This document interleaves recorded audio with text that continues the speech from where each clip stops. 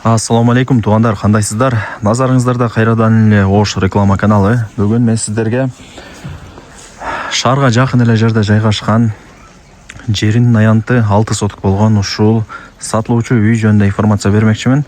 Баасы жакшы эле бага коюлуп атат. Суу свет бар экен. Жери 6 соток. Көчө тараптан көрүнүшү ушундай. 5 кошкон эл. И шарга дагы жакын. Сонун айылдардын бири. Азыр мен сиздерге биринчи келүү жолун түшүндүрүп берейин. Анан келип үй жөнүндө шашылбай маалымат берейин.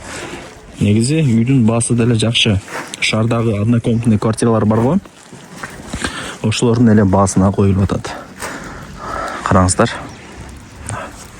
Бул жакта ошо 4 же 5 комнатадан турган даяр үй дагы бар. Варата коюлган, пескалок забор менен тосулган, и камералары дагы бар. Үйдүн ичи сыртын тартып турат экен. Туғандар, мен турган жер бул барыңыздар билген Мады тарапта жайгашкан Жош айылында турам. Өтө шаарга жакын айылдардын бири Жош айылы. Так, Учкунду билесиздер. Учкунга келип, мал базар бар го, Учкундагы. Ошол мал базарга бурулбай, түз жүрсөңүздөр, бул Жош айылы болуп эсептелинет. Же болбосо могул жакта Мады жактан келген болсоңуздар, Чагыр деген айыл бар. Чагырдан өтүп, Жошко туш болосуздар туғандар. Бул жакта ошо Наргиз деген магазин, могул жакта Алан деген магазин бар экен. Ошо магазин жанындагы асфальт көчө менен ичкериге түп-түз асфальт көчө менен кирип барсаңыздар, ал жак жаңы конуш экен. Ошол жаңы конушта сатылуучу үйүбүз жайгашкан.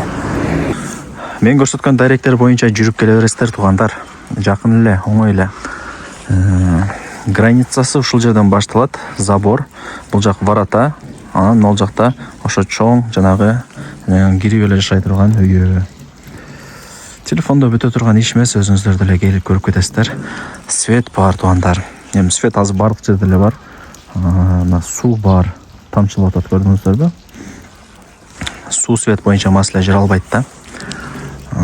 Билишимче ээси Россияда экен. Ошол жактан үй алып атат окшойт менимче. Ошол эле себептен бул үйүн сатка коюлган учуру, кызыл китеби бардыгы бар. Сразу келип закон түрүндө сиздерге өткөрүп бермекчи. Таканса жүрсөңүздөр, үйлөр көп экен бул жакта. Так, эми жүрүңүздөр, үйдүн ичине кирейли. Кийин ошол жактан сиздерге информацияны берейин. Тугандар, үйдүн ичине дагы кирип келдим. Ал жакта варатасы бар, ачып кирип келе бересиздер. Жери 6 соток, кызыл китептүү. Варатадан кирип оңго бурулсаңыздар, 4 бөлмөлүү үйү. Азыр ичин дагы көргөзүп берем колдон келишинче. Келесиздер, жашайсыздар, даяр үйлөрдүн бири экен. Могул жакта болсо кошумча курулуштары, мал сарай. Өйдө тарабы навес. Кошумча мал чарбачылык бизнесин кылсаңыздар болот. Могул жакта болсо ажатканасы. И могул жер тандыр тугандар. Жери дагы тегиз. Эки тарабында кошуналар бар.